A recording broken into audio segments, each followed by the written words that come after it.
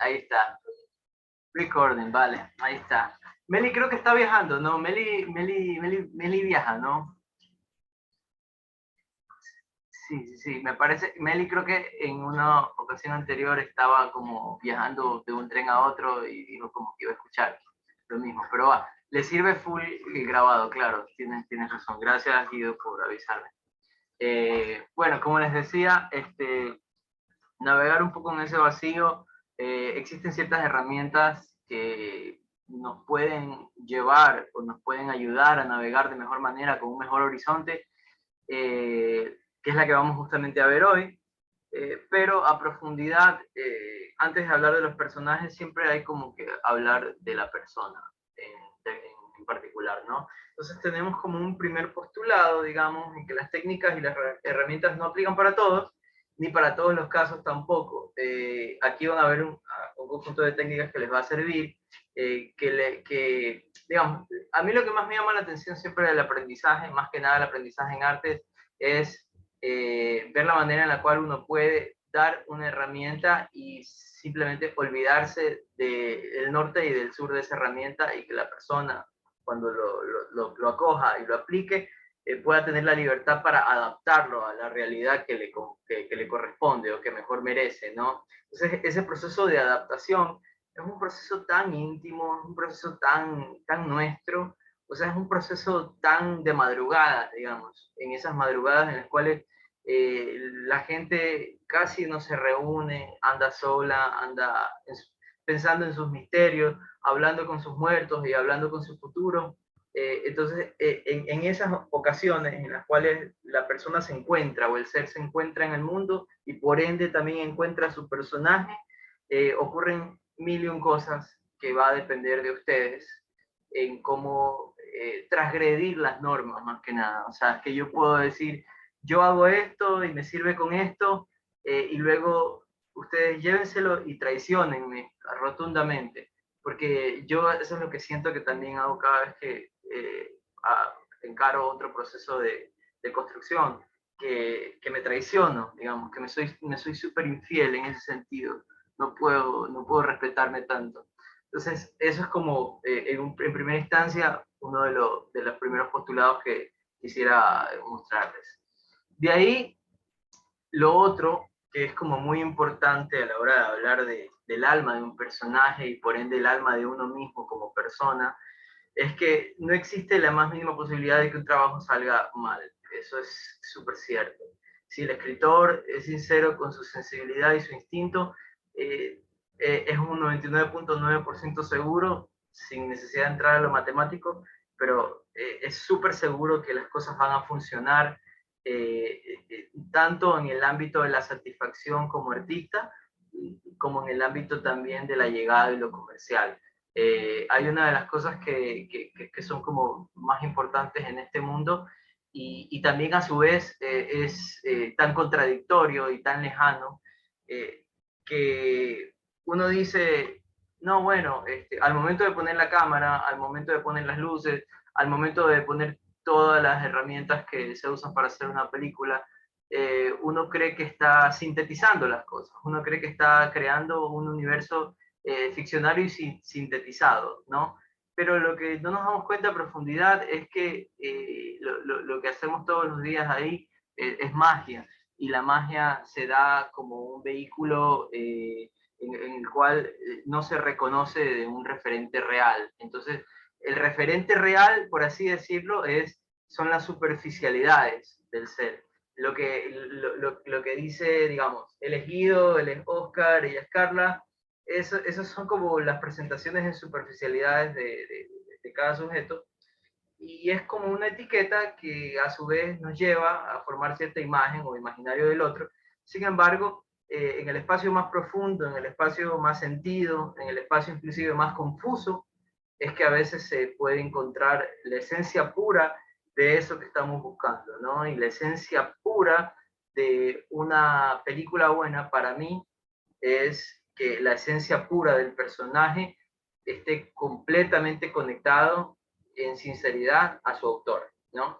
El autor, el cineasta como un padre, y en este caso el personaje como un hijo, que parece mentira, pero en algún momento también llega a independizarse.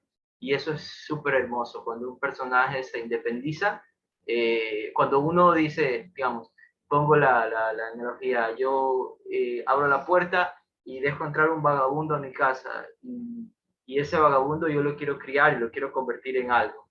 Me doy el tiempo, me doy la forma, lo crío, lo alimento, lo sugestiono, digamos, le paso un poco de mis miedos, un poco de mis traumas, y luego llegará un día en que ese pequeño vagabundo ya no tenga que estar conmigo y tenga que estar con alguien más, y en este caso es con el actor, indudablemente, ¿no? Lograr, creo yo, como directores, como escritores, que ese proceso sea el adecuado, es, creo yo, el nirvana de la producción cinematográfica, ¿no? Como autor. El lograr criar, el lograr malcriar y luego soltar va a ser como un elemento muy, muy importante. Pero eh, no sé si a ustedes les ha pasado, no sé, espero que todos aquí tengamos mamás, pero justamente cuando nuestras mamás nos crían, y a la hora de que nosotros nos revelamos, porque no ha habido artista saludable que no se haya revelado con sus creadores. Lo mismo pasa con los personajes. Cuando uno se revela y muestra otro tipo de pensamiento, otra corriente, a veces las madres son muy sabias y entienden y dejan ir al hijo en esa parte, ¿no? Sí. Pero sí, alguien dijo algo, bueno, ahí creo que recién estaba conectado, perdón. Vale, entonces, al momento que dejan ir, soltar, comprender, yo creo que el trabajo del autor, el trabajo desde la escritura como autor, el trabajo de la escritura hasta la dirección, eh, creo que trasciende muy bien esa sensación, digamos. Yo nunca voy a llegar a ser madre, pero mediante este ejercicio de soltar el personaje, creo que he llegado a amamantar a mis hijos y luego verlos con alegría irse, ¿no? Más que nada, creo que con alegría es como lo necesario. Y bueno, en ese plano en particular, ahora me gustaría que quienes puedan, porque creo que, a ver, está Guido, está Carla, está Oscar, está Meli, creo que Meli no va a tener micrófono, bueno, quienes puedan, me digan en una pregunta que parece ser tan sencilla, pero es tan compleja al mismo tiempo, ¿quiénes son ustedes? Yo puedo empezar como para poner el sendero. Eh, ¿Podría yo empezar, digamos, esta presentación presentando las superficialidades de mi ser y diciendo, yo me llamo tal y hago tal y vine de tal y voy para dónde? Pero esa no es como la realidad del curso. Entonces, hay cosas tan sencillas, por ejemplo, como presentarse de esta manera, digamos. A mí me gustan los atardeceres, creo que los atardeceres son, el atardecer es el momento favorito de mi día, me encanta la playa, la brisa del mar, el silencio de la madrugada, me gusta el helado de chocolate, y me encantan así, pero me encantan de una forma en que no sé cómo explicarlo, las contradicciones humanas. Que al mismo tiempo, entre esas contradicciones que me gustan, no me gusta la violencia y tampoco me gusta las desigualdades sociales, que me parece que son, no por ser político, pero me parece que son el punto de partida a todas las crisis en la sociedad, las desigualdades. Eh, Creo que esa sería como una especie de mejor presentación de la que podría hacer en mi vida. Ahora los invito a ustedes a presentarse de una forma similar, de una forma libre más que nada, como a ustedes les guste, pero traten de evitar un poco los facilismos que nos dan justamente las etiquetas, ¿no? Voy a ir como en el orden de cascada que tengo. Aquí lo tengo primero a Guido. Vamos, Guido, por favor. Hola, bueno, soy Guido. Eh, Soy Guido, curiosamente, como todos mis hermanos, como mi padre y como mis sobrinos. Ah, Coincido en muchas cosas con Franklin, ¿no? Me gusta mucho el atardecer, me gusta mucho la playa, me gusta la montaña, me gusta el café, el vino y el plátano verde con mantequilla de maní me parece como una combinación gloriosa. Eh, y bueno, y sí, definitivamente me incomodan también las desigualdades, pero por otro lado también me encantan las coincidencias, me encanta soñar y sobre todo soñar con los pies en la tierra, ¿no? Y tratar de, no sé, de perseguir eso que uno siempre está pensando y piensa como en la gente, en hacer proyectos y tal personas para esto, ¿no? Entonces, me gusta mucho trabajar en equipo también. eh, y pues eso, yo creo que por ahí va un poco la presentación. Sí, bien, bien. Bien dominado el fuego, Guido, caramba. No, es que Guido tiene experiencia escénica, Guido fue profesor mío en una materia documental, tiene gran experiencia escénica. No, yo soy el peor, me trabo hablando en público, pero bueno. Es parte de la genialidad, ¿ah? Gracias, Bueno, Guido. gracias. Le pasamos la palabra a Carla, por favor. Sí. Hola, buenas noches. Me encanta el agua, me gustan los animales. Paso la mayor parte del tiempo danzando. Amo compartir. Me encantan las personas mayores. Odio el abandono, la irresponsabilidad, la corrupción. Soy soñadora con los pies fuera de la tierra.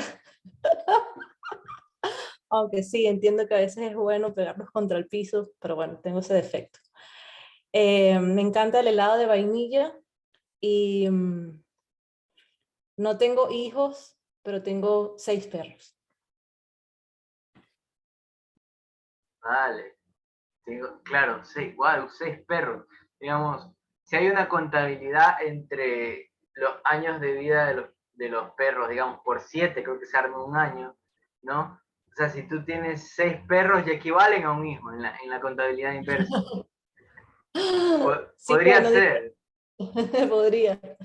sí, porque igual es bastante responsabilidad y bastante gratitud al mismo tiempo, ¿no? La gratitud a la Cierto. familia. Sí, siempre, siempre. Gracias, Carla. Ahí vamos. Oscar, ¿tienes acceso al micrófono? Sí, Vale, Oscar, te escuchamos. hola. Bueno, me llamo Oscar. Soy chileno, creo que eso es una característica que es importante en mi personalidad. Eh, Me gusta, bueno, obviamente me gusta escribir, me gusta la historia, en general me gusta dibujar. Eh, Creo que así empecé cuando era chico sin saberlo, pero siempre he estado obsesionado con el dibujo.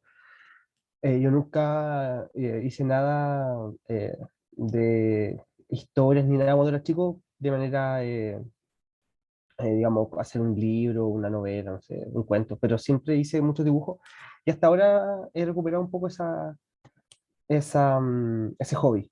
Eh, um, Me gusta eh, la música también y soy, no sé, ambicioso, sí, puedo ser, pero, pero también bastante como planificador de cierta manera.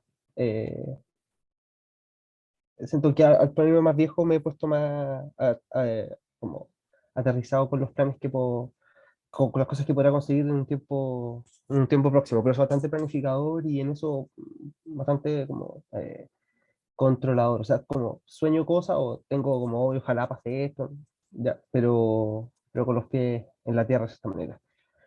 Y soy bastante ansioso y nervioso, pero lo he sabido controlar. Eso. Ah, sí, dale. Gracias, Oscar. Ahí la ansiedad es algo que nos atraviesa a todos, ¿ah? Porque de la muerte a las cosas bonitas de la vida uno nunca sabe dónde hay el punto medio. Eso es como nada. Es como mientras vivas vas a sufrir, creo. O sea, mientras vivas vas a sentir, ¿no? Y puedes también como sentir cosas más trascendentales y notas así. que eso también está bueno. Gracias, Oscar, por tu descripción o tu descripción de ti mismo de otra manera. Meli, no sé si quieras, digamos, como si sea que no tienes acceso al micrófono. Ah, no, sí estás. Bien, ya, escuchamos. Hola, no estoy hoy en el tren. Bien. ¿Cómo están? Bueno, a mí me gusta estar abrigada. Siempre en general estoy más abrigada que el resto, que la media. Me gustan las cosas dulces y ácidas, como ese tipo de gomitas. Mucho más que cualquier otra golosina, que cualquier chocolate, que cualquier cosa, prefiero los caramelos y las gomitas, y si son ácidas, puedo comerlas hasta que me duela la panza, literalmente hasta que me duela la panza.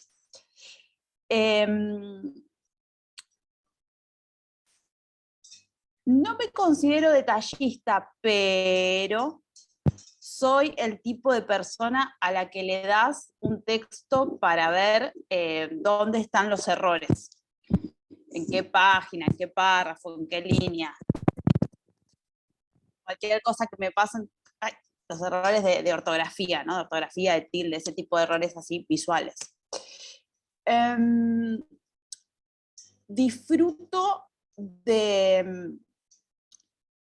del orden, de la estructura de las narraciones, de cualquier tipo de narración, de las anécdotas, de cualquier tipo. Mi placer de recepción está dado por la estructura. Me gustan el absurdo de las situaciones. Disfruto mucho del absurdo, de las líneas que sin causa-efecto, ¿no? Del absurdo.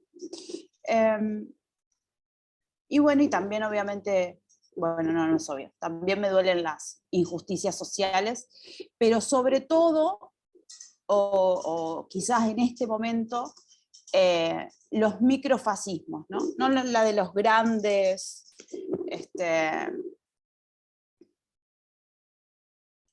no de las que provienen con quienes ya sabemos que nos tenemos que enojar, sino con los pares, ¿no? Los microfascismos más cercanos.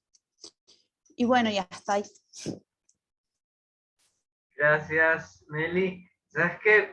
Me parece como un objeto de estudio muy interesante el ritmo en el cual sueltas las palabras. Creo que hace mucho o muy pocas ocasiones he escuchado a alguien que parezca que tuviera una estructura perfecta en tiempo y forma y palabra. Es como cada silencio que lanzas genera un continuará, un después, que tú un poco dices, ay, ¿qué va a pasar aquí? Pero tú lo tienes controlado todo, porque no se ve como un descontrol, no se ve como un azar, digamos. No sé cómo venga la pausa, pero me gusta bastante. E inclusive creo que de una forma contradictoria de lo que todos hemos dicho, de alguna u otra forma estamos revelando algo que también sucede mucho en nuestras profesiones, que es el azar. El azar no es muy común en otras profesiones, digamos, y a veces el pensamiento estructurado sirve, pero nos engaña un poco, termina por engañarnos, porque la única realidad de esta carrera, de esta profesión, es que no hay realidad. La única realidad es que no hay. Y que las cosas se presentan en un azar muy hermoso, que podríamos quejarnos todo el momento o podríamos dejarnos llevar y fluir, digamos. Y creo que se nos hace difícil, me incluyo. A veces la paciencia es uno de los factores que poco tenemos. No sé, esa palabra es como media fea también, que le pongan a un hijo, que le pongan paciencia, digamos, y todo el mundo en la escuela le hará bullying, lo odiará y le dirá no sirve para nada o no existe, qué sé yo.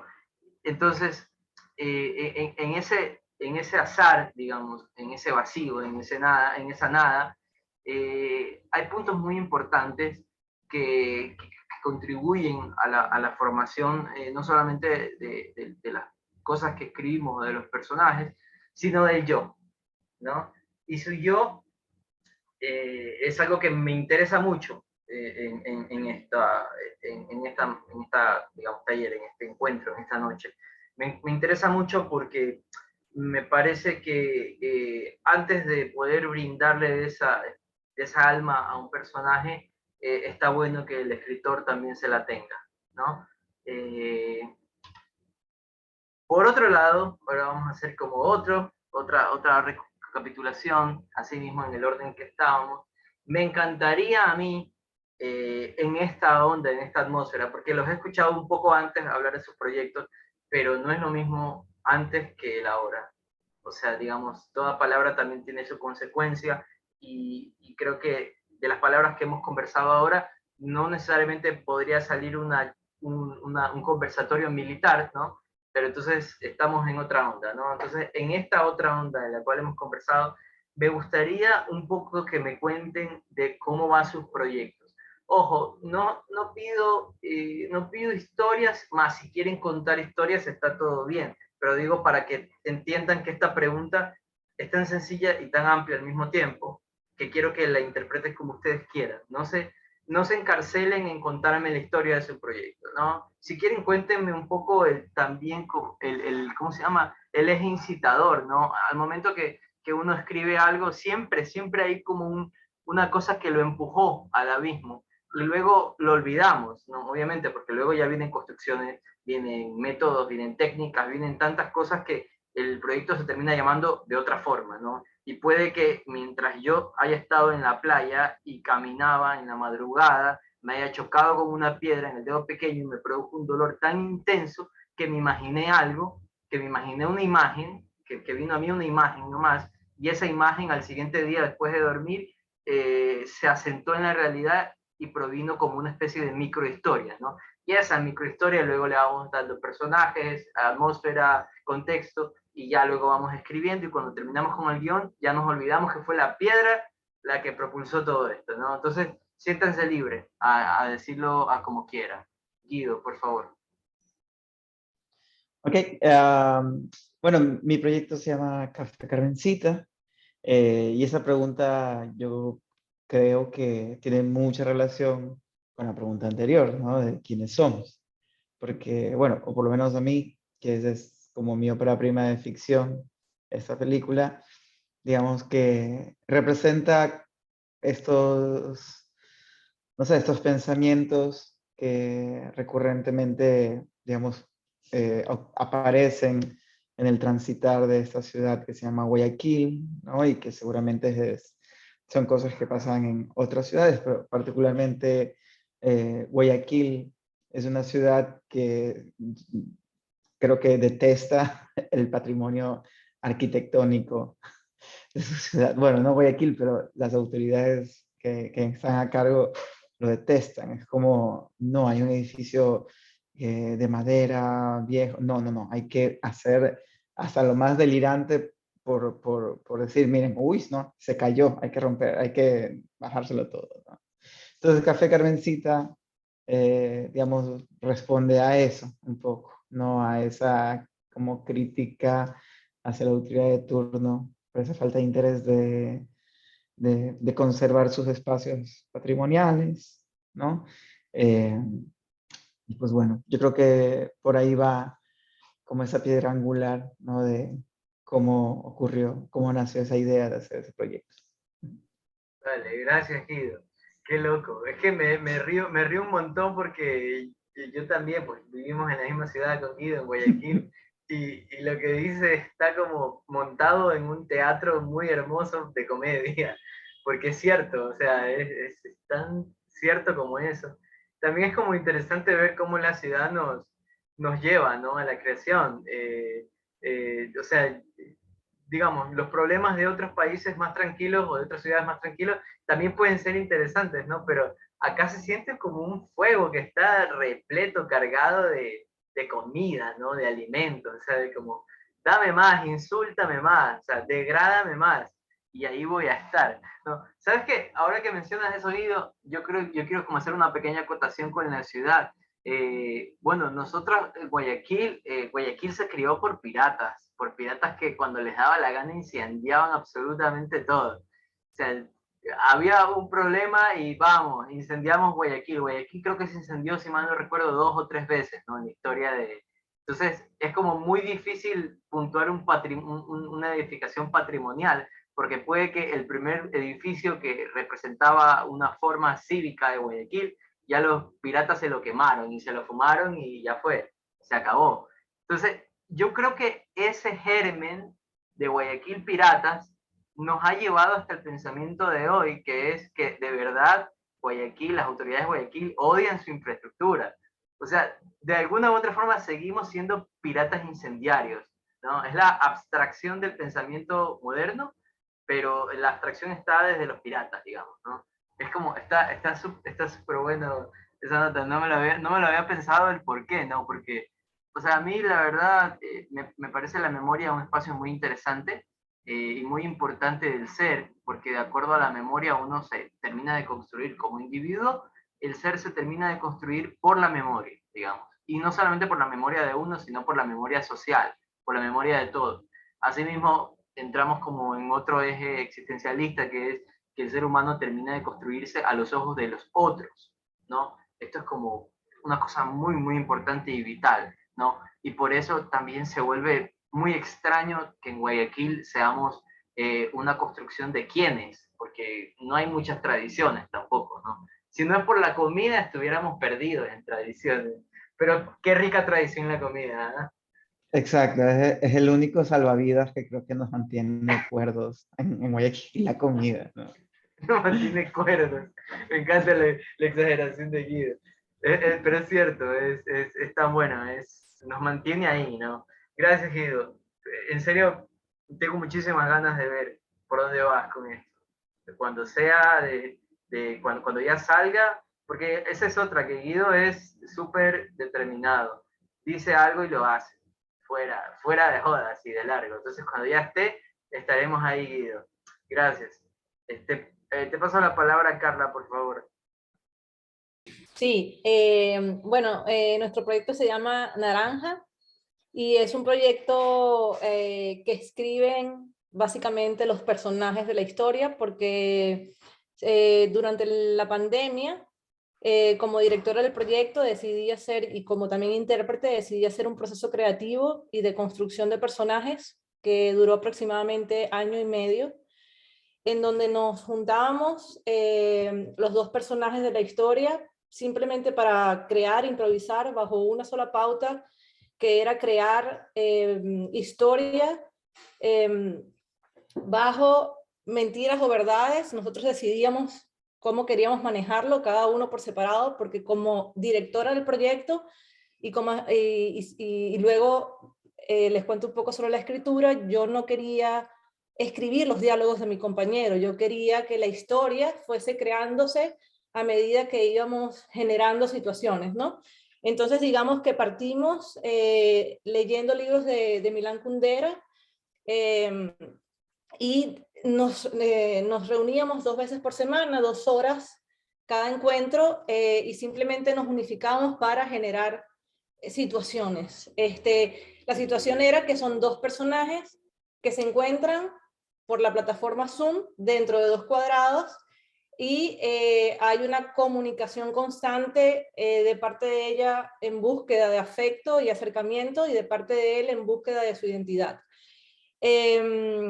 Entonces, digamos que después de ese proceso, 1 año y medio, que muchas de esas sesiones fueron grabadas, además también grabábamos los encuentros de guión, porque claro, cuando yo le ofrezco a mi compañero actor para que trabajemos juntos como intérpretes, también le digo, mira, tenemos que transcribir esto juntos, porque tus diálogos los estás creando tú, mis diálogos los estoy creando yo, y a pesar de que podemos manejarlos o cambiarlos, pues tenemos que tomar decisiones mutuas, porque no me funciona como directora hacerlo sola. Entonces, digamos que empezamos un poco como a generar también encuentros de guión, en donde no solamente hablamos del guión y la historia, sino también hablamos como personajes, o sea, qué pensamos de los personajes, qué pensamos de la historia como escritores, qué pensamos como Carla y como Gabriel.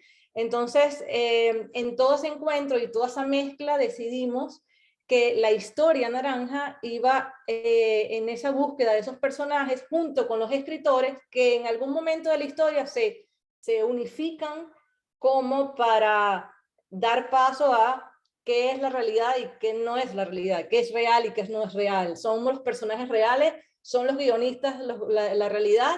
Entonces ahí empieza como a existir esa confusión y digamos que el espectador, bueno, eso es lo que estamos intentando a través del guión, pues crear esa unificación, esa masa en donde el espectador termina no sabiendo o diciendo, bueno, esto es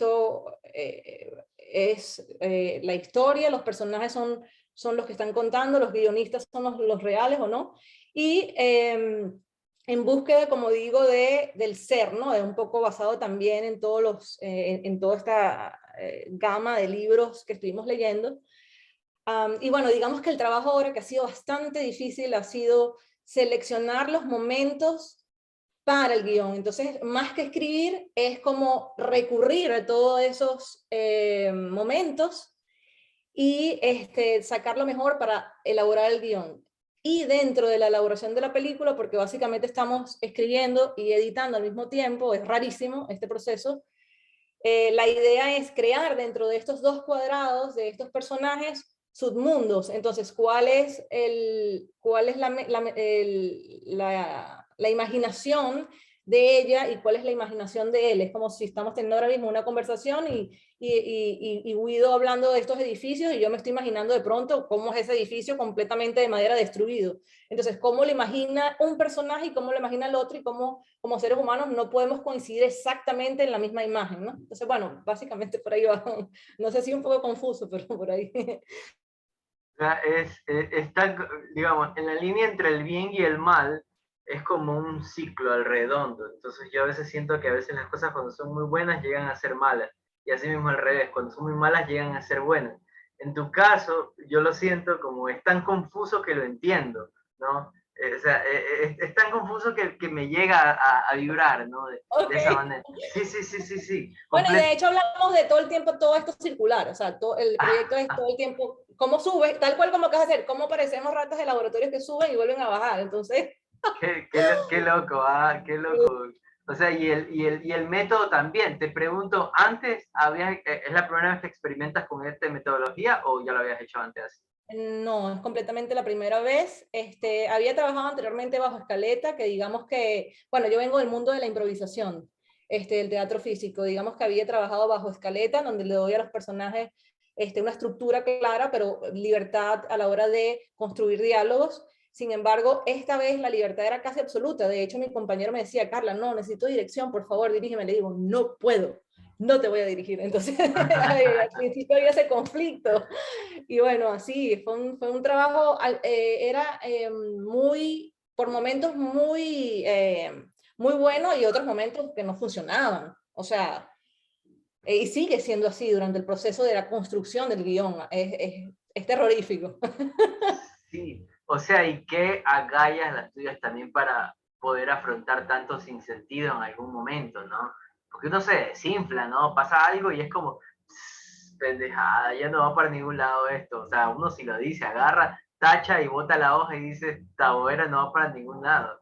Pero nada, o sea, estar en el azar. Bueno, igual tú tienes escuela de azar, ojo, también eso es como muy importante, ¿ah? Porque yo me siento que un poco me frustraría antes, ¿no? Seguiría hasta el final del camino para ver a dónde va mi muerte, pero digamos, sí me frustraría muchísimo en el camino y te veo reír, o sea, estamos hablando de otras cosas, estamos hablando de un azar impresionante que manejas. Me vas a súper interesar el trabajo cuando tengas lo que tengas en algún momento, me va a súper interesar. Y otra cosa muy importante también, no sé si esté como muy cercana a la academia, pero en algún momento sería como interesante también que generes registros de la metodología que vas planteando, porque es una metodología nueva, ¿no? Y evidentemente las personas que crean metodologías nuevas y que están súper buenas, creo que lo mejor que podríamos hacerla es empezar a textualizarla y empezar a ordenarla, y que en algún momento cuando uno se muera, mira que quede alguien más que se pueda unir a una locura, qué sé yo, ¿no? Eso va a ser también muy bueno. Yo casi como que pienso en eso casi siempre. O sea, la muerte me mantiene solidario, digamos. O sea, sería estúpido si no me moriría, yo fuese el más egoísta del mundo, creo yo. Pero la muerte de algún otro momento me mantiene en ese pensamiento solidario colaborativo, ¿no? Lo cual es lindo, ¿no? Al final del día. O sea, quizás como un poco te puede dar un poco miedo a la muerte ahora porque estás joven y no quieres morir, pero llegará un momento en que la muerte tenga más sentido, ¿no? Y eso también será interesante. Oscar, por favor, te escuchamos.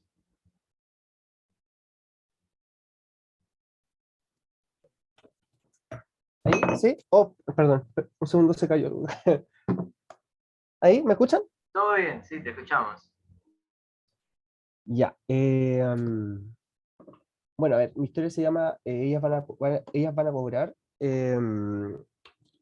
Y bueno, tiene un poco de relación con lo que dijeron sobre pueblos que se queman, ciudades que se queman, porque esta historia tiene lugar en el contexto del estallido social de Chile en el año 2019, donde igual se quemó, bueno, específicamente la historia está en Santiago, en la capital, eh, y bueno, después del estallido social se quemaron muchas cosas, el metro, so- cientos de edificios.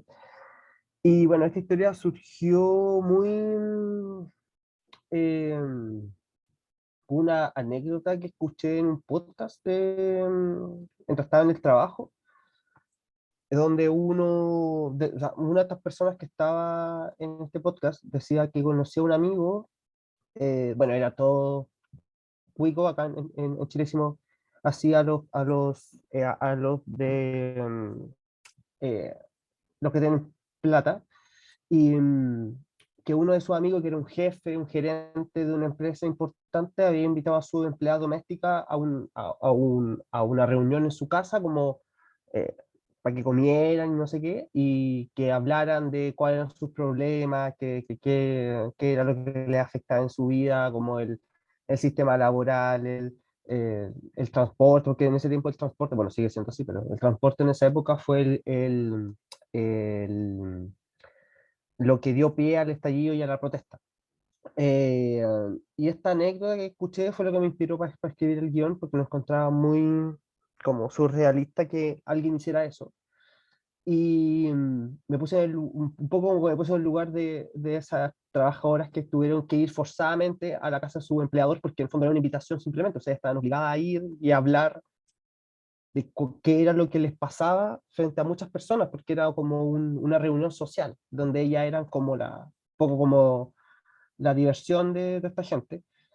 Y en esa época igual yo estaba como en una pega muy mala, y me sirvió como ponerme en el lugar de ella y como qué haría yo en ese mismo lugar. O sea, si mis empleadores me invitan a una reunión en su casa, donde tengo que hablar como cómo me siento yo en el trabajo, o sea, obviamente no podéis decir la verdad si estás frente a tus empleadores, no podéis decir que son unos explotadores. eh, y bueno, eso más o menos es lo que va la historia. Eh, tiene política, pero siempre he querido un poco sacarlos de la política dura, por supuesto que tienen, no sé si mensaje es la palabra, pero eh, tiene una intención que es burlarse de la gente poderosa que hace esto mucho, de esta como caridad de mentira. Acá en Chile parece que también en otras partes de Latinoamérica existe la Teletón, eh, que es una jornada no sé si la conocen, no sé si en otros países está, según yo está en varios otros países de Latinoamérica, donde es como 2 días de jornada nacional en que la gente aporta plata para las personas minusválidas. Y en es que es un programa de televisión y van los ricos del país y donan plata, que en verdad es plata que recortan de devolución de impuestos, porque pueden hacerlo con esta donación a la Teletón. Entonces, como un poco esa era la inspiración y, y también el contexto de la protesta que todavía permanece, por lo menos acá en Chile no se ha vuelto a la normalidad nunca más después de ese momento, de octubre de 2019, y todavía está muy latente esa como inestabilidad social. Pero como digo, no es algo propiamente político, ni tampoco he querido como hacer un panfleto político con la historia, pero es inevitable que se cuelen como intencionalidades políticas si se habla un poco, o sea, se habla de la desigualdad social. Eso. Sí, o sea, yo creo igual que mientras más te encuentres en el proyecto, va a ser mucho más enriquecedor para el proyecto como tal, ¿no? Entonces, eh, por ejemplo, a mí me gustaría saber particularmente tú qué piensas que si te afectó de alguna otra manera generacionalmente la dictadura militar, como supongamos. Y me gustaría que me lo digas, pero desde tus agallas. Si quieres putear a alguien, insultar, pues tienes toda la libertad. ¿Ah? Te doy el espacio. ¿Yo? Sí, sí, claro, claro, te estoy preguntando a ti. O sea, yo nací en 91, así es que la dictadura casi terminó en 90, pero por supuesto que toda la generación de los que nacimos en democracia, así se llama en Chile, todos los que nacimos del 90 para adelante, estamos como en el limbo en ese sentido, porque nuestros papás sufrieron la dictadura. Obviamente no todos, porque igual hay una parte de la sociedad que no sufrió, que no le pasó nada, que vivieron bien. Obviamente son los menos, porque Chile era muy pobre en esa época. Y además de la represión y además de los muertos, bueno, particularmente mi familia de izquierda, mi papá es del Partido Comunista desde que tenía 17 años, entonces tiene amigos muertos, a él casi lo matan, mis tíos lo torturaron, tuvieron que ser exiliados, por parte de mi mamá también, un tío lo torturaron, tuvo que ser exiliado. Entonces, no, por supuesto que no, yo soy de izquierda, pero como te digo, esas cosas intento no meterlas tanto en el guión. O sea, los personajes de los poderosos en el guión, o de los cuicos en el guión, de los ricos, intento que sea igual empatizar con ellos, desde también yo, desde que como yo los trato, como yo los visualizo, trato de empatizar, no sé si es la palabra precisa, pero trato de también entenderlo y no mostrarlo como una caricatura, porque igual es fácil caer en la caricatura de los ricos son los malos, los pobres son los buenos. Yo ni un poco más intento no caer en esa caricatura, que igual es súper fácil hacerlo. Sí. Eso. Vale, gracias Oscar. De pronto te pueda servir, digamos, hay algo como de este programa que te adelanta un poco, pero como aplicado a lo que estás buscando. De pronto te pueda servir, digo. Si me imagino que has de haber leído alguna literatura histórica sobre justamente la dictadura, y una literatura en primera persona sobre alguien que haya sufrido esto, y que si tienes acceso a esa literatura o si tienes acceso a la voz viva de una persona contándote su anécdota, quizás te podría ser un buen ejercicio acercarte a ella con una intimidad muy propia, digamos, bastante, digamos, separada del todo.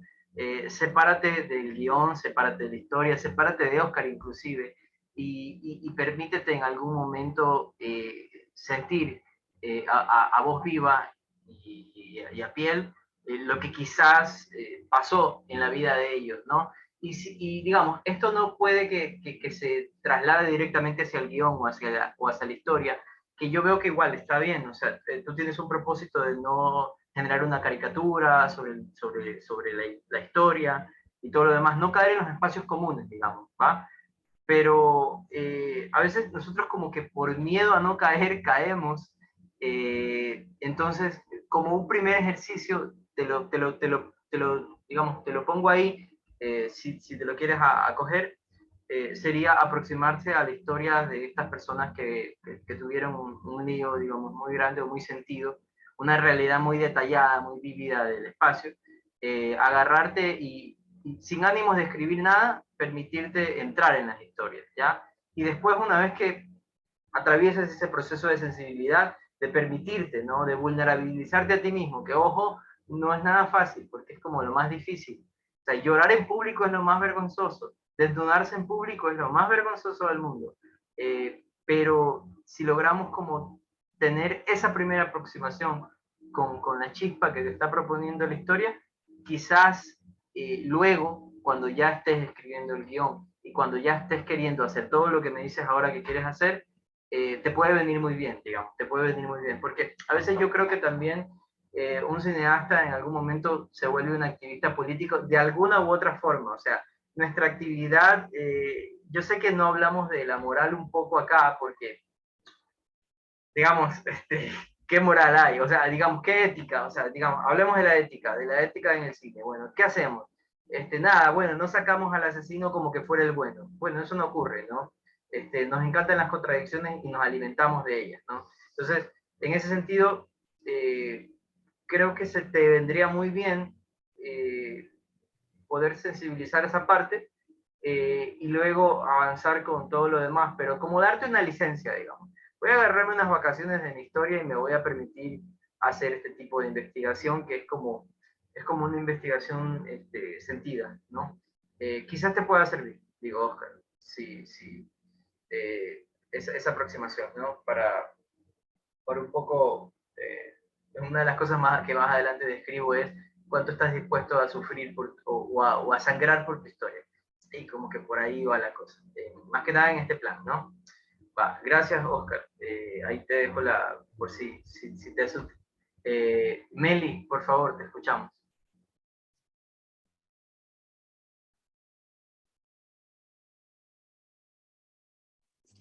Hola.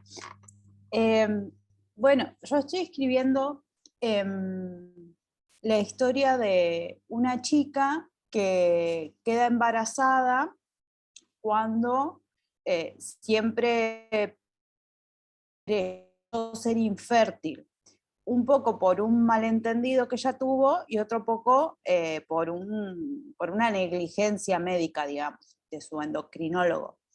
Entonces ella se descubre embarazada y el chico con quien sale, su novio, la abandona. Y ella entonces se encuentra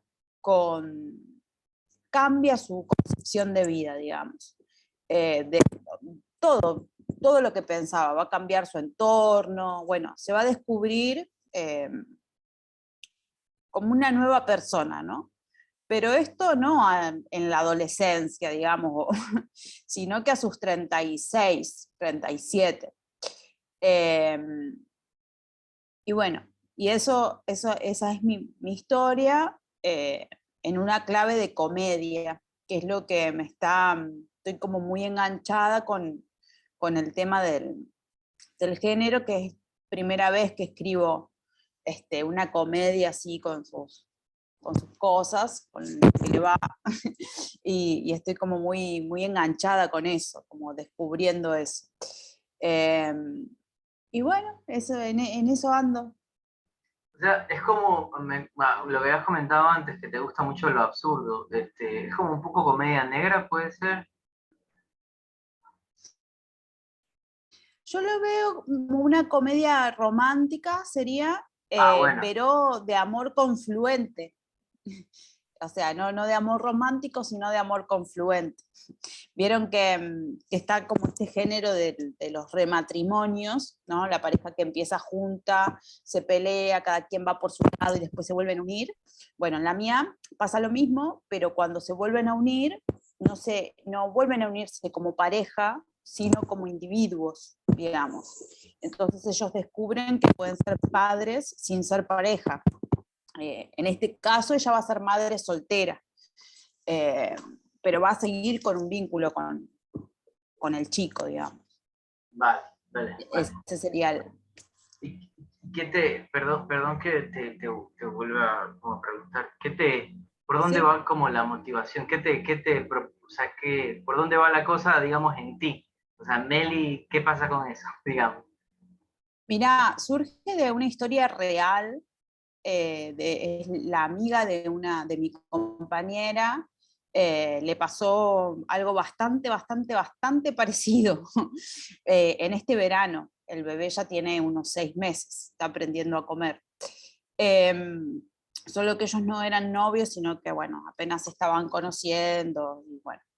Pero sí fue por error, digamos. Y entonces viví de cerca todo lo que a ella le pasaba, que era una chica de clase media, que la verdad pensaba que no que era infértil, no tan así a ese punto, pero sí que si ella quisiera quedar embarazada iba a tener que hacer como un tratamiento muy largo y costoso, casi que no era una posibilidad en su vida. Y entonces viví de cerca todas las etapas, desde que, bueno, estaba conociendo al chico, después cuando descubrió que estaba embarazada y bueno, todo lo que le fue pasando, lo que le fue pasando con su médico también, porque bueno, tuvo todo un tema. Y Ah, tú la acompañaste en ese proceso, dices, ¿no? no. Es amiga de mi compañera, pero sí, Ah, bueno, venía a mi casa y yo escuchaba, tenía acceso a esas historias. Eh, sí, sí, sí. y después en lo personal, yo estoy a días, a momentos más de divorciarme de mi ex esposa. Entonces vengo ya hace tiempo pensando,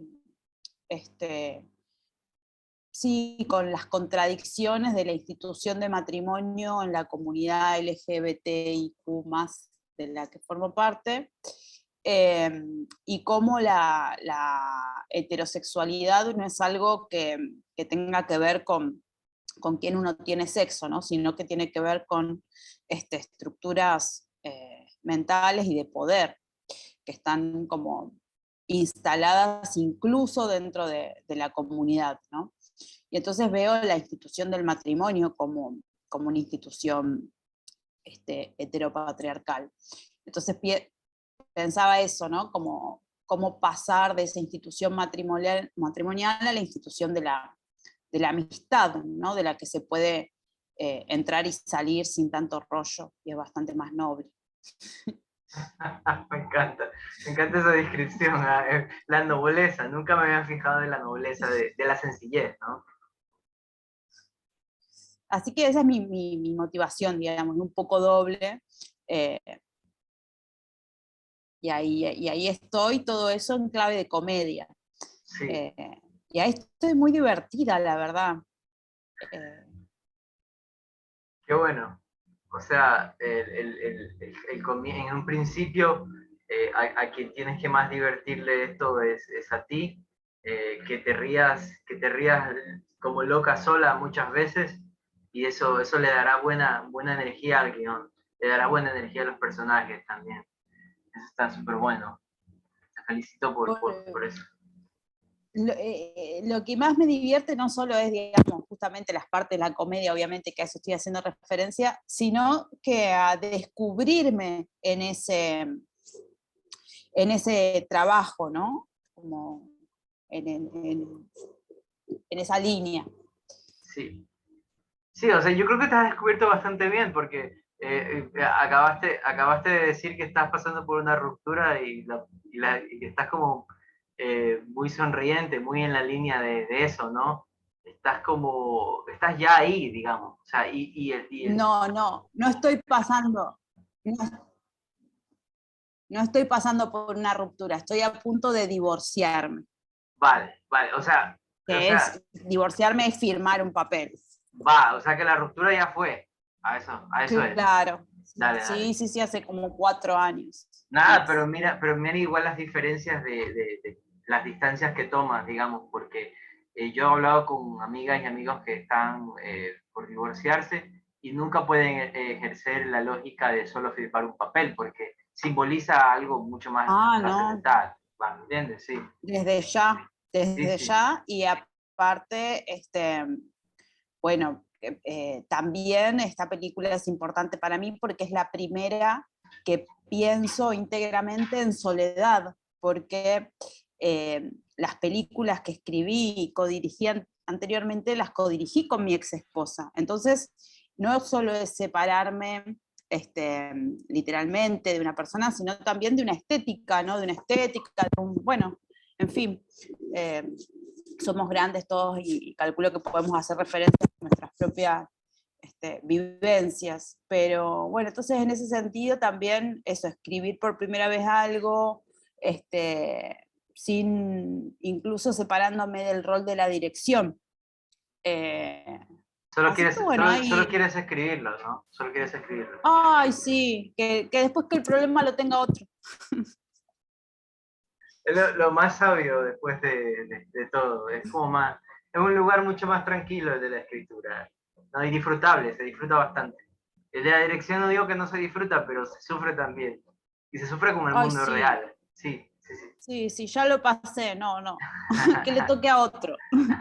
Y bueno, fantástico, fantástico escuchar. Y sabes que como que tu historia personal también tiene un matiz muy, muy lindo en trama. O sea, hay una trama súper buena.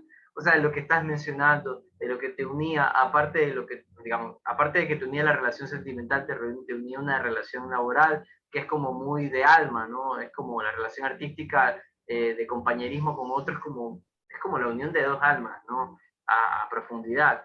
Y luego esto de que hay una separación de alma y una separación estética también en el plano de lo visual, está bastante bueno. Estoy casi seguro que lo vas a usar y lo vas a usar muy bien, ¿eh? Y te vas a reconocer poco a poco ahí en la historia mientras vayas transitando la que estás creando. Va, ahora voy, gracias a ti, Meli, voy vamos a hacer como una pasada, digamos, como lo más breve posible en hablar de la profundidad de los personajes. Lo paso, digamos, puede que este sea un conocimiento que ya algunos dominan, pero lo paso para que tenga relevancia con el ejercicio que les voy a dejar colgado para que lo puedan hacer a su tiempo, ¿no? Les voy a dejar un ejercicio que es suyo, o sea, les va para ustedes, o sea, no es que me lo van a regresar y yo voy a hacer algo, no, es completamente suyo, es para su espacio. Pero claro que yo apreciaría si cuando mando el ejercicio, como de aquí nos vemos como en 2 semanas más, nos vemos como el 26, algo así, tengamos como avanzado algo para que lo podamos discutir la próxima vez que nos unamos en clase, ¿no? El ejercicio final. No es necesario que lo terminen, pero sí como que lo avancen, ¿no? Para ir explorando más. Entonces, en base a eso, va esta base que algunos, como decía, las pueden ya saber y otros que recién se están encontrando, pero es como muy importante hablar también de ello, ¿no? Cuando hablamos de profundidad de un personaje, hablamos de dimensiones al mismo tiempo. No hay profundidad sin dimensiones, digamos, no hay profundidad sin capas, ¿no? Y en esas dimensiones tenemos básicamente 3 dimensiones del personaje, que son las que regularmente configuramos a la hora. Hola, hola, hola, hola.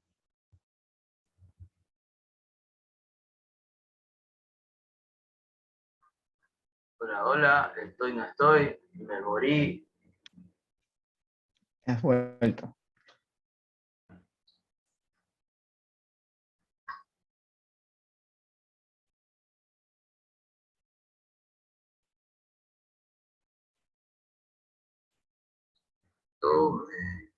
Meme.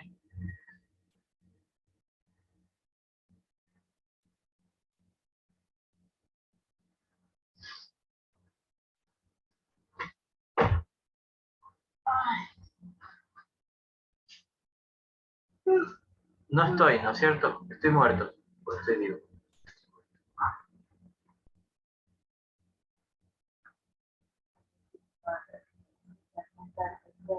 Olvídate.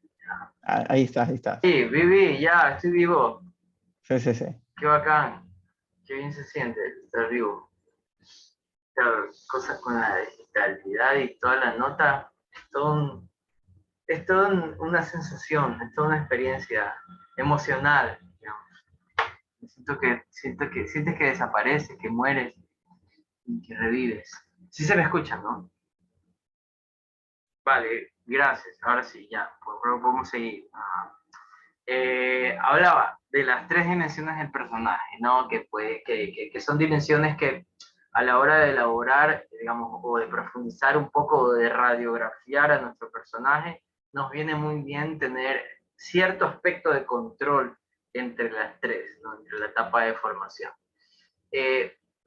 Son tres dimensiones. La primera dimensión, que es como la más superficial y al mismo tiempo se vale de muchos signos y códigos de la sociedad como para transformar, digamos, como para formarla como parte de nuestra realidad propuesta desde el guión, es la dimensión física, ¿no? Que va a depender mucho de, vamos a hablar, digamos, perdón, vamos a hablar ahorita concretamente del personaje, ¿no? Vamos a hablar del personaje con el afán de que ustedes lo consideren entre su propia historia, entre su propio trabajo.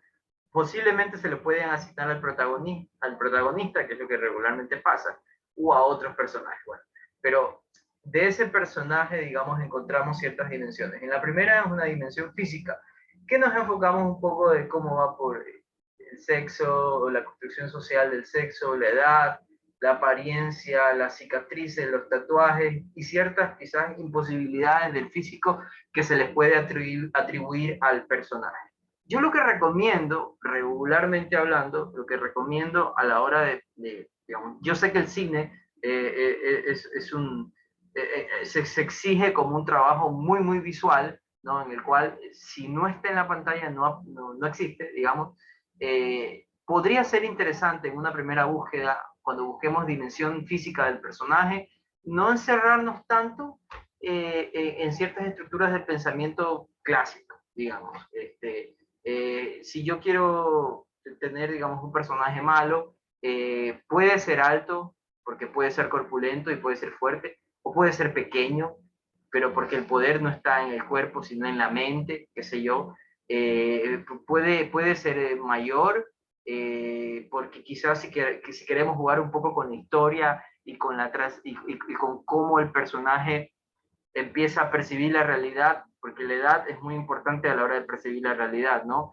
Y podría funcionar en ese sentido, ¿no? En la apariencia también, en las cicatrices también, en los tatuajes también. Sin embargo, yo creo que es como un canal mucho más enriquecedor esta dimensión física, dejarla un poco a la construcción del personaje con el actor, ¿no?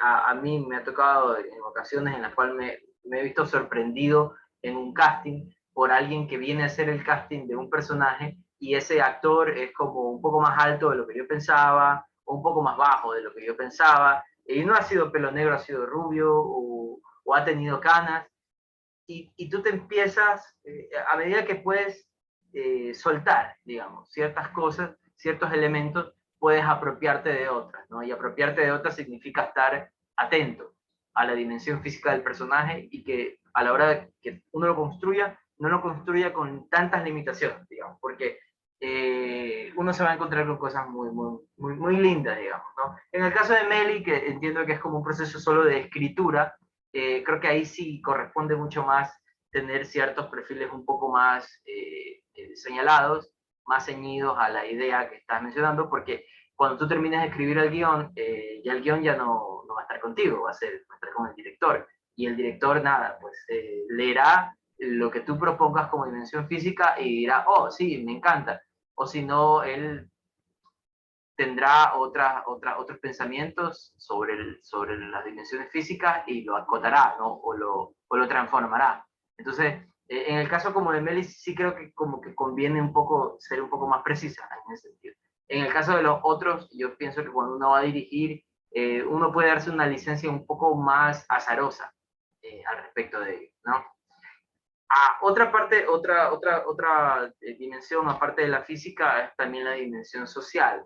Y la dimensión social va un poco de la mano por lo que decíamos hace un rato, cómo el personaje se construye en observación o en presencia de otros, ¿no? Y va a depender mucho de su nacionalidad, de su educación, de la raza, su religión, y su creencia política indudablemente, ¿no? De la dimensión social se puede decir que sale de un personaje la persona intelectual, ¿no? Y filosófica de la dimensión social. De ahí nace la persona intelectual y filosófica, ¿no? Del conjunto de criterios, como lo decía Oscar hace un rato, que viene políticamente de la izquierda, pero la historia no quiere entrar en un universo político, y a pesar de eso, me imagino también que se refiere a no querer entrar en un universo político, a no entrar en una narración que un poco recaiga por la propaganda, ¿no? Que también es, no sé si a él le duela, pero a mí sí me dolería mucho en algún momento escribir una historia o escribir algo y que se me la apropie un político y me muero, porque obviamente ese no es nuestro fin, no es nuestro sentir tampoco, ¿no?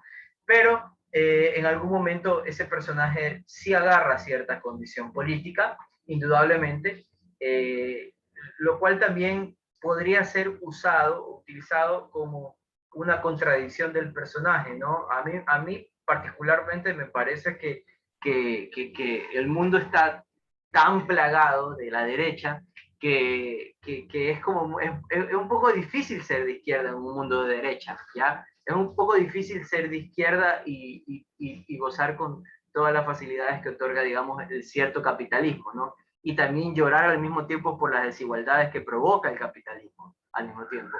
Es como esa contradicción.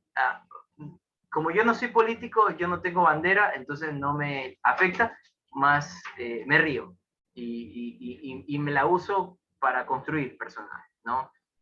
Porque, como hace un rato le decía, bueno, la ética, no sé, o sea, digamos, aquí estamos en un lugar en donde sí, o sea, queremos hacer películas para un propósito, o queremos que la gente se ría con nuestra película, o queremos que la gente genere una reflexión con nuestra película, pero al final del día tenemos que ser muy conscientes que el que termina de construir la realidad de la película es el público, ¿no? Y en esa línea, claro, o sea, tú puedes proponer, pero la disposición a términos generales queda un poco al azar, ¿no? Entonces, como para no enfermarse mucho por eso lo digo más, ¿no? Pero como para así pensárselo, ¿no? Como para decir, al momento que estoy construyendo la dimensión social de mi personaje, estoy entrando en una religión, ¿por qué no? Estoy entrando en una política, ¿por qué no? Estoy entrando a ciertas, digamos, limitaciones que tienen los aspectos de las personas, ¿por qué no? De ahí en la tercera dimensión, que es la dimensión más profunda, digamos, creo yo, es la dimensión psicológica, es la psiquis del personaje, en donde ya se resuelve, digamos, a profundidad el quién verdaderamente somos, ¿no? Porque una de las cosas que tenemos que tener como muy claras, no solamente en la construcción de los personajes, sino también en la construcción nuestra como personas, es que muchas de las cosas mucho de lo que somos, nadie se entera, ¿ah? Porque, digamos, es un espacio muy nuestro, y la sinceridad no es digamos, la mejor de nuestras victorias, ¿no? Porque a veces inclusive las mentiras nos sostienen en la existencia, ¿no? Porque sin mentiras, digamos, sin mentiras no hubiesen contradicciones, y sin contradicciones no hay cine, chao, se acabó el cine. Entonces, en ese sentido, entrar a esta dimensión para construir el personaje es como lo más propio del alma del personaje, ¿no?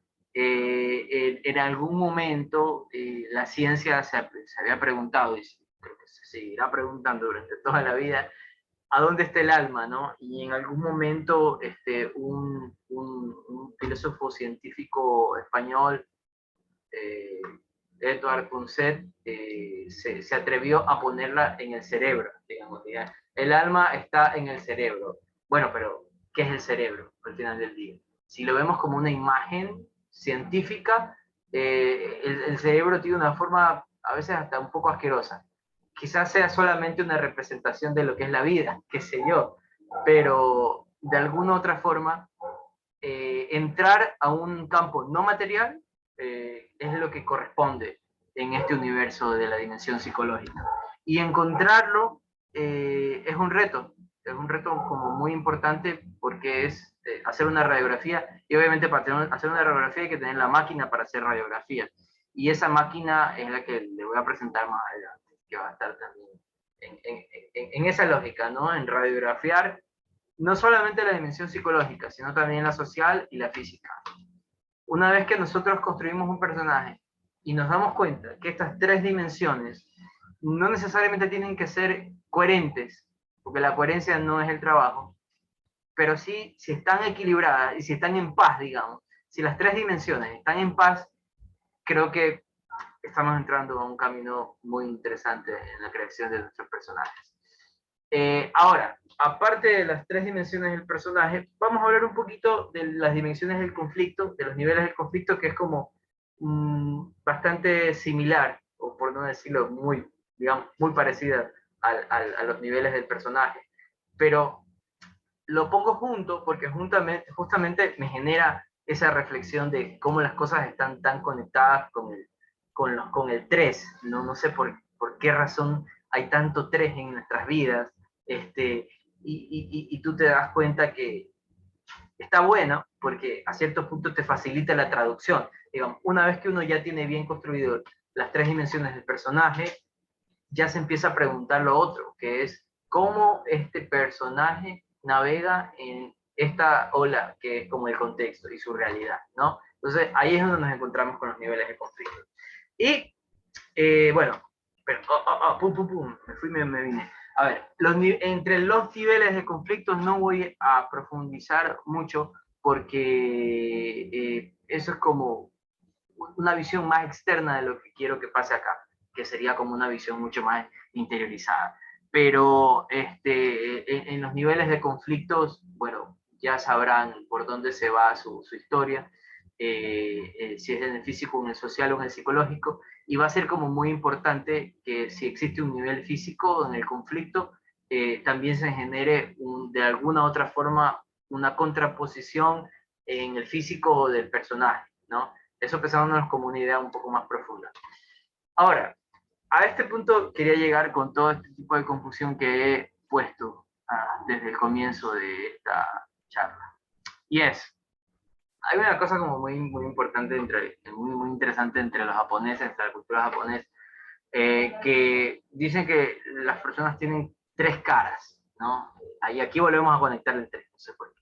La primera cara es la que tú muestras al mundo, ¿no? Es tu cara social, ¿no? Tu cara de, oh sí, hola, me llamo Franklin Briones, qué sé yo. La primera cara. La segunda cara es la cara que tú le muestras a tus amigos más cercanos o a tu familia, como que va cerrando un poco más el círculo y tú dices, ahora sí, voy a mostrarles mi segunda cara, mi segunda etapa, la segunda etapa del yo.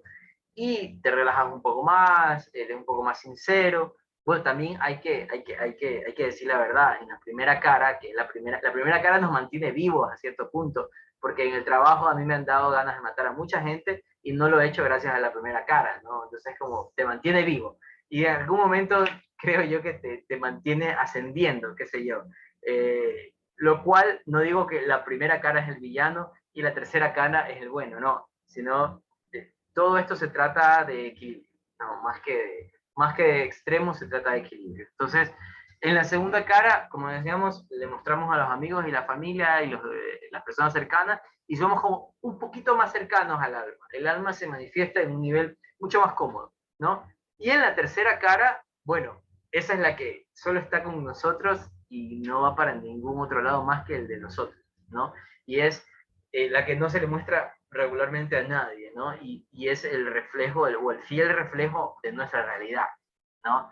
Y a ese punto, a la tercera cara, es justamente donde queremos llegar con el alma del personaje, ¿no? Llegar a ese espacio profundo, dimensionado, en el cual el personaje pueda ser como quiera ser, ¿ya? Y luego, cuando entra en su contexto y tiene que enseñar la segunda cara o la tercera o la primera cara, ahí es donde ocurren cosas interesantes que también vamos a encontrar en la historia, ¿no? Ahí es donde ocurren cosas como quizás ciertas demostraciones de fobias, de miedos, o ciertas contradicciones de los personajes, o ciertos espacios cómicos que se generen, espacios hilarantes que se generarán justamente en cómo esta tercera cara se esconde en la primera, ¿no? o cómo la primera cara quiere mostrar una tercera cara al mismo tiempo, ¿no? Y esas dimensiones, indudablemente, se vuelven un eje, como un punto de partida muy importante hacia esto. ¿Por qué? Porque es lo que justamente le decía a Oscar hace un momento. Al momento que tú decidas explorar más esta tercera cara, sin necesidad de querer hacer una película de una u otra forma, al momento que tú te permites explorar mucho más esta tercera cara, entras a un universo infinito de posibilidades en el cual la realidad se manifiesta de una forma hermosa y abundante, y logras sacar elementos que luego te sirven para formar la segunda cara y la primera, ¿no? Que luego te sirven para formar todo eso. Y hablando de la película concretamente, es la primera cara la que se muestra. La película es como una primera cara, ¿no? Pero no deja de tener esas profundidades que otorga la segunda y la tercera cara, que son extremadamente importantes, más la tercera, digamos. En ese sentido, me gustaría que, o sea, no ahora, no lo tienen que decir ahora, es como una pregunta hacia ustedes, y llévensela, y como ya estamos casi terminando la jornada de hoy, llévensela, y por favor, si la quieren traer para la próxima clase que nos vamos a ver, digamos, 2 semanas, o la próxima conversación, perdón. La palabra de clase un poco me da un poco de fobia, porque es como muy formal, y no sé, me cambia. A pesar de que yo doy clases también, pero siempre me dicen, es como, no, pero esto no es clase, pero claro, no tiene que ser clase, porque si no, nada tiene sentido ni mi propia existencia. Entonces, a mí me gusta conversar mucho, me gusta, soy parlanchín, y me gusta compartir, ¿no? Estar en esa onda se manifiesta muy bien. Entonces, no sé si se lo habrán pensado antes, pero se los dejo para que se los piensen. Hablen de sus personajes, digamos. Si tienen a 2 protagonistas, bueno, agárrenlo con los 2, pero piénsense un poco cuál es la canción favorita de ese personaje. Y que sería muy bueno que tenga una canción favorita. Y no solamente que se vaya por la superficialidad del mensaje de la canción, digamos. No conectemos eso, tratemos de no generar ese facilismo, ¿ya? Es fácil, podría ser bueno, pero en esta instancia no.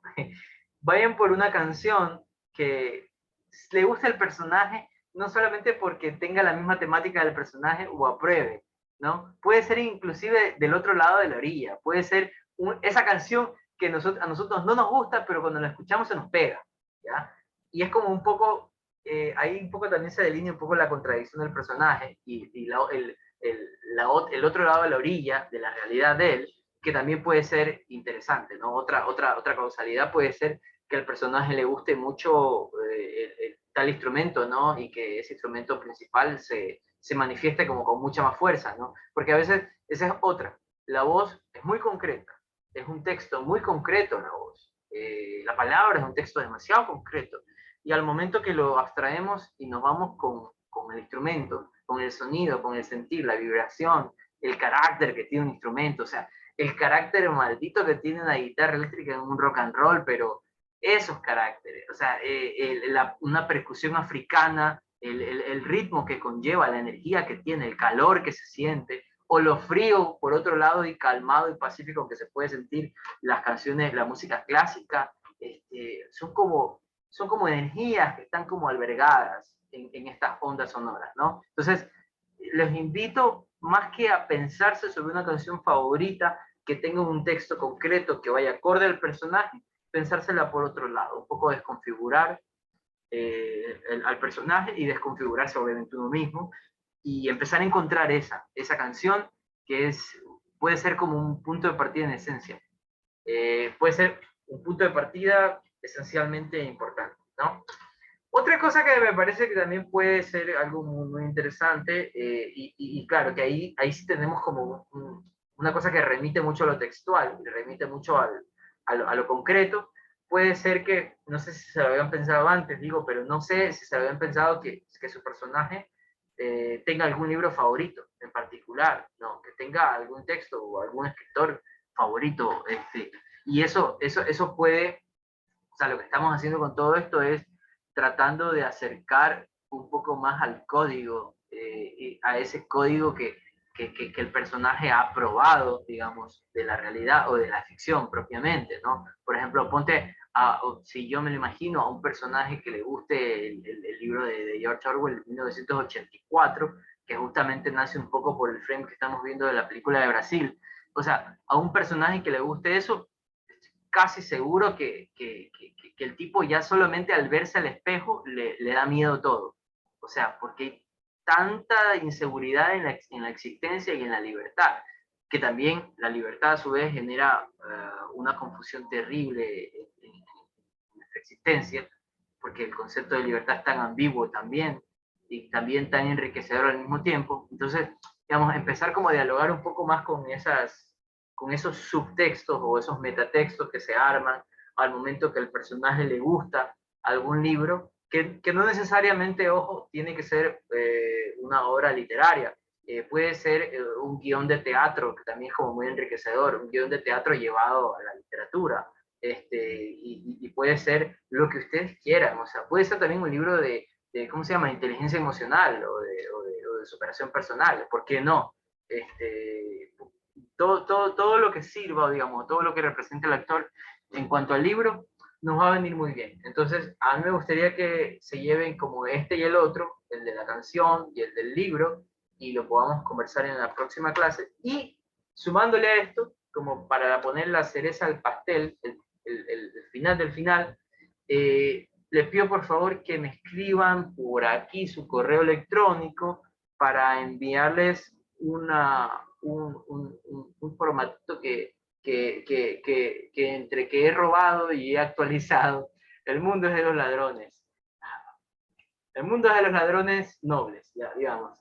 No, siempre citando, ¿verdad? Siempre citando. Yo he tenido contacto con un grupo de teatro, el cual que me ha aportado muchísimo, no solamente en mis propios trabajos personales, sino también en la academia, a poder configurar este documento que yo le llamo las 100 preguntas del personaje, que es como justamente el documento que trata de generar una radiografía al alma del personaje, ¿no?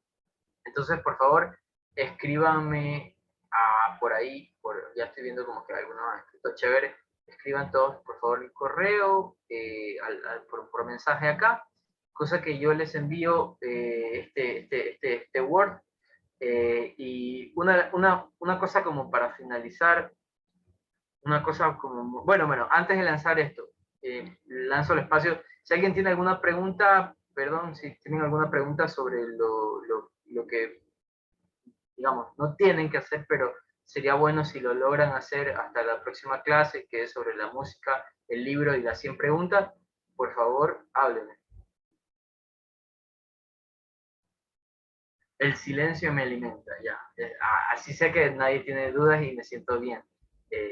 Porque igual, yo sé que a veces tengo como unas palabras un poco confusas, pero al final se encuentran. Es como que mis palabras es como que dan una vuelta. Y cuando tú le ves la vuelta, tú dices, ¿a dónde va esto? ¿A dónde va esto? ¿A dónde va? Ah, ya cayó, ya cayó. Y cuando caen, todo tiene sentido. Y eso, es así como yo me he escuchado a veces cuando me he grabado esto y digo, ¿y este tipo qué está diciendo? ¿Y a dónde va? No sé, quizás yo tampoco sé ni a dónde voy, pero termino, digamos, caigo, remato, que es lo más importante. Que ocurre en la danza contemporánea, ¿no? El remate, lo que cierra el ciclo, lo cierra bien, ¿ya? Entonces, les voy a mandar por correo esto. Como les decía, no es necesario que lo hagan todo, las 100 preguntas. Ahora sí, cierto, me acordé. Para finalizar, recomiendo que, más que nada, el ejercicio de las 100 preguntas, vale racionalizar. El proceso de racionalización es como muy práctico para el ser humano y nos lleva a lugares buenos para ordenarnos. Pero hay ciertas preguntas, de las 100 preguntas, que requieren de un poquito más de desorden, ¿no? De un poquito más de mover la masa, llegar a la oscuridad y empezar a sentir, ¿no? Eso lo que quiero decir es que hay preguntas que apelan mucho más a las sensibilidades que a la racionalización de algo. Entonces, mientras ustedes más se permitan sensibilizarse en el trabajo va a salir mucho mejor, va a salir mucho, mucho, mucho mejor. Porque a veces la racionalización de las cosas nos sirven para ordenar, como decía, pero a veces nos limita, ¿no? Y la emoción siempre va a ser más profunda que el pensamiento. Y la emoción siempre va a ser eso que en la vida personal tú digas, pero ¿por qué tomé esa decisión? Qué estúpido. La emoción, flaco, la emoción estuvo ahí siempre y no le paraste bola y se manifestó. Entonces, dejen que se manifiesten, permítase, digamos, las 100 preguntas son de un personaje, del personaje que ustedes quieran elegir, preferentemente del principal. Permítanse sentirse adentro. Y Carla, quizás luego te sirva también esto de, como tienes tú dos personajes, repartirte entre tu personaje y el personaje del otro, y escribir este como manifiesto, que va a ser como muy bueno, permitirá que cada uno sepa a dónde va la cosa, ¿no? Que sensibilice, racionalice y luego vote y luego sienta y termine por escribir desde la piel, que es desde adentro de la piel. Sí, te tenía una preguntita. Sí. Cuando te referías anteriormente, incluso al inicio del conversatorio, comentaste algo sobre las contradicciones y las mentiras, ¿no? En la construcción, y al mismo tiempo esa contradicción de que el personaje salga de tus vísceras. Entonces, cuando te refieres a la mentira, es como esa parte visceral que se manifiesta en el personaje la transformas, es decir, algo que sea propio tuyo lo transformas en algo y entonces ya es una mentira, o simplemente por el hecho de estar en una pantalla es una mentira. O sea, me gustaría como escuchar tu punto de vista con respecto a eso, porque parte del proceso creativo dentro de Naranja, digamos que la construcción de personajes para mi compañero y para mí se hicieron desde dos puntos de vista diferentes, o dentro de dos formas de construcción diferentes. Y bueno, inicialmente, desde el inicio, dijimos que íbamos a respetar la forma de construcción de cada uno por separado, y básicamente la mía iba desde las experiencias personales y cómo yo eso lo transformaba. Por eso te pregunto, o sea, lo transformaba en otra cosa o lo llevaba directamente al proceso, mientras que él se encargaba de construir un personaje desde, agarrando cosas desde afuera, pero que de alguna forma terminaba también arrastrando parte de lo que es él. O sea, era como a la inversa. Entonces, bueno, para escucharte un poquito, porque me interesaría escuchar qué piensas de eso. Vale, está bien. Mira, a mí así, yo sí soy como muy sentimentalista y lo que sea, y luego llegaré a tener una edad, y en esa edad seguiré siendo más sentimentalista todavía, y como que a cierto punto que terminaré por regresar a la tierra, que ahí es donde vive. Y siento que esa conexión con la tierra, obviamente te genera una sensación mágica siempre. Es como la sensación mágica de meter los pies en la última ola que muere en la orilla del mar y sentir como esa sensación cálida, muy importante, que justamente parte de los pies y se transforma en todo tu cuerpo, ¿no? Se va para todo tu cuerpo. Entonces, por ejemplo, esa sensación que acabo de mencionar es como muy poco probable que se pueda guionizar en un papel y luego llevar a una escena de una película, ¿no? Es como, depende, ¿no? Es variable, depende. Tú puedes encontrar manifestaciones físicas de esa sensación y podrías llegar a construir algo, pero eso ocurre cuando uno siente que la imagen es mucho más que simplemente una mentira, a pesar de que sea esta mentira que nos guste y nos enamore, ¿no? Entonces, hay muchas personas que piensan en este trabajo, hay muchas personas que son como muy visuales y creen que esto es una mentira y no tienen ningún reparo con decirlo y lo dicen, sí, nosotros somos adultos, sabemos que el cine es una mentira, sabemos que la publicidad es una mentira, sabemos que la imagen es una mentira, pero como lo he dicho antes, a mí sí me gusta como vivir una fantasía en ese sentido. Entonces, genial, sí, genial, porque me pasa igual, pero claro, hay que entender también que dentro de los procesos no todos lo manejan de la misma manera. Y creo que eso también es súper constructivo e interesante dentro de los procesos. sí, o sea, y eso Ujú. de hecho te iba a decir eso, o sea, como sabes, como el cine es como una obra colectiva, un trabajo comunitario, te vendría muy bien si en algún momento, bueno, si has decidido no tener una dirección de actores que esté poniendo los puntos buenos y los puntos malos en el trabajo que están formando, como lo pidió en algún momento tu amigo, si le han decidido formalmente no tener, sería como muy interesante que una vez que ustedes terminen el trabajo exploratorio que están haciendo, se acojan de un director de fotografía que puede entrar al mismo diálogo de ustedes, puede entrar al mismo diálogo cálido, profundo, sentido. Bueno, pero es que este que te cuento, el director de fotografía es la plataforma Zoom. Me voy, me Y voy. como que es esto, nada más, o sea, son muy mentales. Vale, pero mira, todo se puede en esta vida. Todo se puede en esta vida. Y a mí, por ejemplo, sería fascinante que haya un director de fotografía que trabaje con Zoom. O sea, digamos, tú podrías elegir como personaje cómo moverte en el espacio, pero que otro tenga una visión de la imagen externa hacia tu interioridad podría funcionar. No para crearte un guión técnico específico y fijo que te diga, toma uno tal, toma dos tal, toma tres tal, no, sino que para que te dé digamos, una luz de cómo podrías tú implementar mejor la composición de la imagen, que es todo, ¿no? Sí, ¿sabes qué? Que estoy pensando, creo que tienes razón en el hecho de cuando yo quiero llevar a estos personajes, porque bueno, básicamente es así como te lo digo, es la plataforma Zoom dividida en dos cuadrados, pero ¿qué pasa? Esos cuadrados se van transformando en imágenes a medida que ellos van hablando, entonces vamos integrando lo que hay en sus mentes o lo que ellos van proyectando en la pantalla, entonces creo que sí, incluso esa idea de que vemos proyectados en sus mentes también está relacionado a la forma de construcción. Creo que estaría muy interesante, pienso. Sí, sí, sí, completamente. O sea, podría, o sea, ¿Cierto? sí, o sea, solamente encuéntrate a alguien que, a un, digamos, un cineasta, un director de fotografía, un artista visual por último.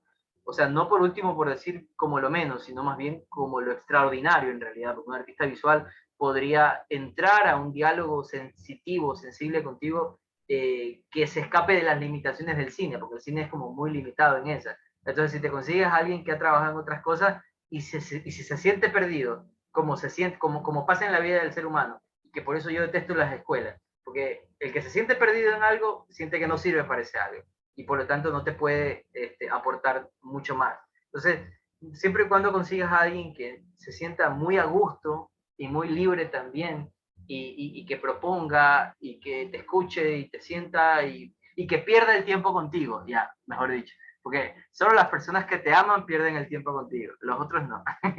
Entonces, sentir eso, digamos, tener esa cercanía con alguien, le va a hacer muy bien al proyecto, en términos generales. Sí, vale. Chévere. O sea, sí, que no muera la fantasía, por amor a Dios. Que no muera, que se mantenga viva. Sí. Entonces, va. Con esto, creo que vamos cerrando. Yo les voy a mandar al correo ahora mismo las preguntas y no me queda nada más que agradecerles por su tiempo, por soportarme las incoherencias y por construir su propio proceso en base, digamos, a lo que a mí me ha servido. Gracias, les mando el correo y nos vemos en 2 semanas. Se me cuidan. Chao. Chao, gracias. Chao. Chao. Chao.